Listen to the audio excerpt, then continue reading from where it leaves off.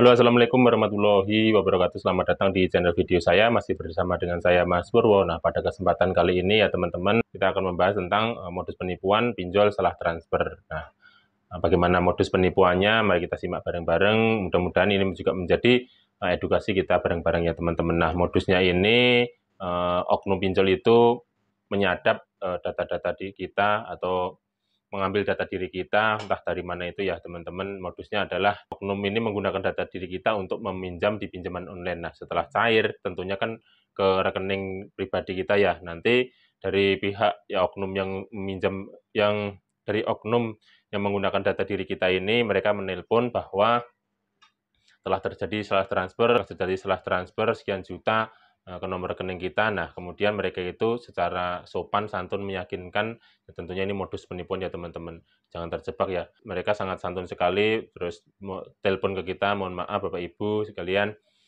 telah terjadi salah transfer, saya transfer ke Bapak Ibu nominal misalkan sekitar 20 juta, mohon dikembalikan ya teman-teman, mohon dikembalikan ke nomor rekening atas nama si A misalkan. Dan kita karena mereka sopan dan santun ini, tentunya banyak yang terjebak dan tidak waspada kalau itu ternyata menjadi korban penipuan. Nah, terus langkah-langkah apa yang kita harus ketahui, misalkan ada tiba-tiba ada orang yang menelpon ternyata salah transfer ya teman-teman, perlu kita ketahui. Yang pertama, kalau orang salah transfer itu tidak mungkin langsung tahu nomor HP kita ya teman-teman. Kalau salah transfer kan salah nomor rekening aja, nggak ada data-data diri kita di mereka. Nah, kita harus sudah waspada dari situ. Kalau misalkan udah orang tiba-tiba menanyakan bahwa itu telah salah transfer, tentunya kalau ada yang salah transfer itu biasanya dari pihak bank yang menghubungi kita, dari pihak bank resmi. Nah, kalau misalkan telah terjadi seperti itu, teman-teman yang kedua adalah datang ke bank langsung. Misalkan teman-teman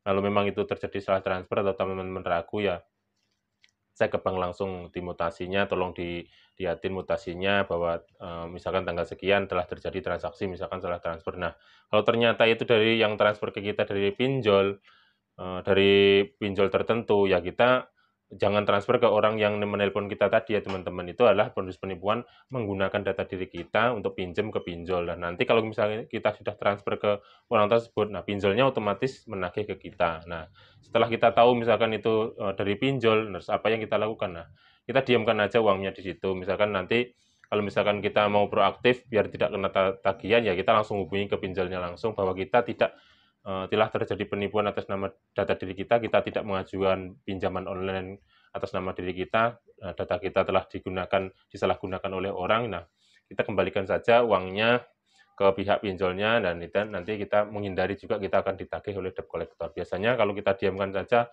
7 sampai 14 hari kita sudah dihubungi oleh pinjol, sudah ditagih oleh pinjol perihal angsuran dan sebagainya. Itu kalau misalkan kita tidak mau repot-repot menghubungi pinjol tersebut ya teman-teman. Tentunya modus seperti ini bukan hal yang baru, tapi baru-baru ini booming lagi ya teman-teman. Modusnya seperti itu. Ada seorang yang melapor ke bank bahwa akan mentransfer sebesar 20 juta atas nama orang tersebut. Ternyata dari banknya ditelusuri dulu, karena ini adalah modus salah transfer katanya. Dari banknya ditelusuri, dicek dimutasinya, ternyata itu dari pinjol. Nah, kemudian transaksi tersebut dibatalkan. Nah, itu seperti itulah ya teman-teman modusnya. Untuk modus yang terbaru ya teman-teman, penipu ini ya hati-hati. Orang yang sopan santun menelpon kita belum tentu baik buat kita, belum tentu mereka mempunyai niat baik ya teman-teman. Tentunya mereka itu secara sopan santun meminta kita untuk mengembalikan dana sekian atau mentransfer ke rekening mereka sekian,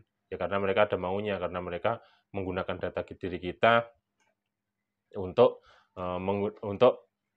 melakukan pinjaman online di lembaga pinjol-pinjol ya teman-teman, baik itu legal maupun ilegal ya teman-teman. Tentunya teman-teman sudah harus hati-hati. Itu mereka dapat data dari mana, saya juga kurang tahu ya teman-teman. Mereka itu rata-rata mengakses data KTP dan nomor rekening ya teman-teman. Nah, otomatis kan rekening dan KTP itu sinkron. Nah, kalau sudah sinkron seperti itu, nggak mungkin pinjol itu juga mentransfer ke beda rekening. Itu jarang ya teman-teman. Biasanya pinjol itu juga sesuai KTP dan nomor rekening ya teman-teman, tidak ke nomor rekening yang lain ya, seperti itu ya teman-teman. Mudah-mudahan ini juga jadi edukasi juga ya teman-teman buat kita, buat saudara-saudara kita. Tolong di-share, diberitahu saudara-saudara kita biar tidak menjadi korban penipuan seperti ini ya teman-teman. Ini telah banyak korbannya yang tidak melapor, yang tidak di-up ke media, itu sudah banyak.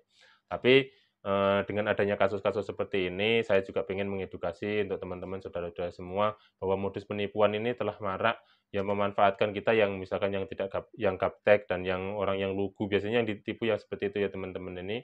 Ya kita sebagai masyarakat yang resah ya akan fenomena seperti ini, ya saya sebisanya mengedukasi teman-teman semuanya ya melalui akun YouTube saya ini seperti ini ya teman-teman. Mudah-mudahan ini juga bermanfaat juga buat teman-teman semuanya nih. Kurang lebihnya saya mohon maaf, saya akhiri billahi taufik walhidayah. Wassalamualaikum warahmatullahi wabarakatuh.